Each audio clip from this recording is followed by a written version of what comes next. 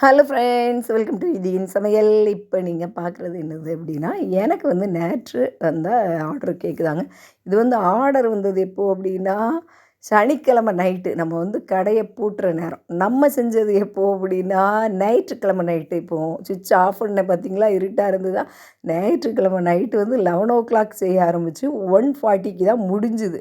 என்னென்னா ஞாயிற்றுக்கிழமை வேறு கிரிக்கெட் வேறு ஓடிக்கிட்டு இருந்துச்சு. அதை வேறு கடைக்கு போய்ட்டு வந்து மெய்மறந்து பார்த்துட்டு அதுக்கு பிறகு தான் கேக் செய்யவே ஆரம்பித்தேன். ஆனால் என்னென்னா கேக் வந்து நம்ம எல்லாம் பீட் பண்ணி எல்லாம் மாவுலாம் ரெடி பண்ணி அதை ஓவனில் வச்சப்பறம் ஒரு 1/2 அன் ஹவர் எல்லாம் ஒரு 45 மினிட்ஸ் வந்து நல்லா தூங்கிடுவேன் அலாரம் வச்சுட்டு.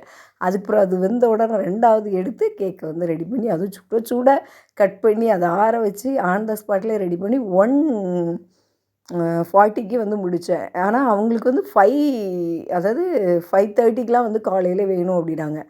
5:00 கேட்டிருந்தாங்க. ஆனால் அவங்க வந்தது வந்து 5:15க்கு போல் காலையில் வந்து வருவேன் அப்படின்னாங்க. அதனால் வச்சதே 1:30, அவங்க வந்து 5:15க்கு வந்தாங்க. ஒரு கிட்டத்தட்ட ஒரு 2-3 மணி நேரங்கிட்ட உள்ளே இருந்திருக்கும்னு நினைக்கிறேன் ஃப்ரிட்ஜில். சூப்பராக அவங்களுக்கு ரெடி பண்ணி கொடுத்தாச்சு. ஆனால் வந்து இதில் வந்து செர்ரி வந்து நம்மளுக்கு கிடைக்கல. நார்மலாக அந்த காம்பு உள்ள செர்ரி தான் வாங்கி டின்னில் நான் வாங்கி வச்சுருவேன். ஆனால் வந்து டின்னு கிடைக்கல நேற்று. ஏன்னா அவங்க வந்து நம்ம கடையை பூட்டிக்கிட்டு வரும்போது தான் அவங்க வந்து சனிக்கிழமை சொன்னாங்க. சனிக்கிழமை என்னால் போய் கடையில் வாங்க முடியலை. ஏன்னா லேட் ஆகிட்டுனா கடைலாம் அங்கே க்ளோஸ் ஆயிரும்ல. அதுக்கு பிறகு சண்டே போய் தேடி அலையும் போது எந்த கடையிலையுமே அந்த காம்பு உள்ள செர்ரி கிடைக்கல. அதை வந்து அதுக்கு பதில் இந்த நார்மல் செர்ரி இருக்குல்ல, அதை வச்சு அப்புறம் அவங்களுக்கு வந்து பிளாக் ஃபாரஸ்ட்டில் மேலே வந்து சாக்லேட்டை வந்து அப்படியே ரோலாக வச்சு ஒரு டிசைன். அதுக்கப்புறம் அதை துருவி அதை ஒரு 2 நிமிஷம் ஃப்ரீசரில் வச்சா நல்லா முறுமுறுன்னு வந்துடும். அதுக்கப்புறம் அதையும் போட்டு சூப்பராக அவங்களுக்கு வந்து பிளாக் ஃபாரஸ்ட் ரெடி பண்ணி கொடுத்தாச்சு. அவங்க வந்து நார்மலாக ரெட் வெல்வெட் கேக் தான் கேட்டாங்க. நான் வந்து அது செய்கிறதில்ல அப்படின்ட்டு. ஏன்னா அந்த ரெட் வெல்வெட் கேக்கில் வந்து அந்த ரெட் கலரே வந்து நல்லதில்லை அப்படின்னு அப்பப்போ இப்போவும்லாம் வந்து மெசேஜ் வரதால கொஞ்சம் பயம் வருது. அதனால் அதெல்லாம் செய்யறதில்லை சார் அப்படின்ட்டு. அப்போ பிளாக் ஃபாரஸ்ட்டே கொடுங்க அப்படின்ட்டாங்க.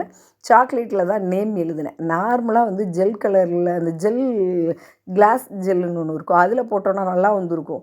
நான் வந்து சாக்லேட்டை மெல்ட் பண்ணி அப்படி எழுதிடுமே. ஏன்னா இது ஒயிட்டாக இருக்கும்ல, கேக்கில் வந்து டார்க் கலர் போட்டு இதில் எழுதலாம் அப்படின்னு நினச்சி எழுதுனா நம்ம ஒரு சைடு போட்டால் அது ஒரு சைடு போகுது. இல்லைன்னு வச்சுக்கோங்களேன், நம்மளுக்கு வந்து அந்த மேலே போடுற அந்த விப்டு க்ரீமில் போட்டாலும் சூப்பராக வரும் நேம் எழுதுறதுக்கு. அதையும் பண்ணாமல் இதையும் பண்ணாமல் ஏதோ ஓரளவு மேனேஜ் பண்ணி சூப்பராக கொஞ்சம் சாக்லேட்லாம் மேலே எல்லாம் உதிர்த்து போட்டு சூப்பராக ஒரு பிளாக் ஃபாரஸ்ட் கேக் ரெடி பண்ணி சூப்பராக அவங்களுக்கு காலையிலே 5:15க்கெலாம் கொடுத்தாச்சு. ரொம்ப நாள் கழித்து நம்ம கேக் ஆர்டர் வந்திருக்குங்க. உங்களுக்கு யாருக்கு வேணும் அப்படின்னா கால் பண்ணுங்கள், கோயம்புத்தூரில் உள்ளவங்க. தேங்க்யூ.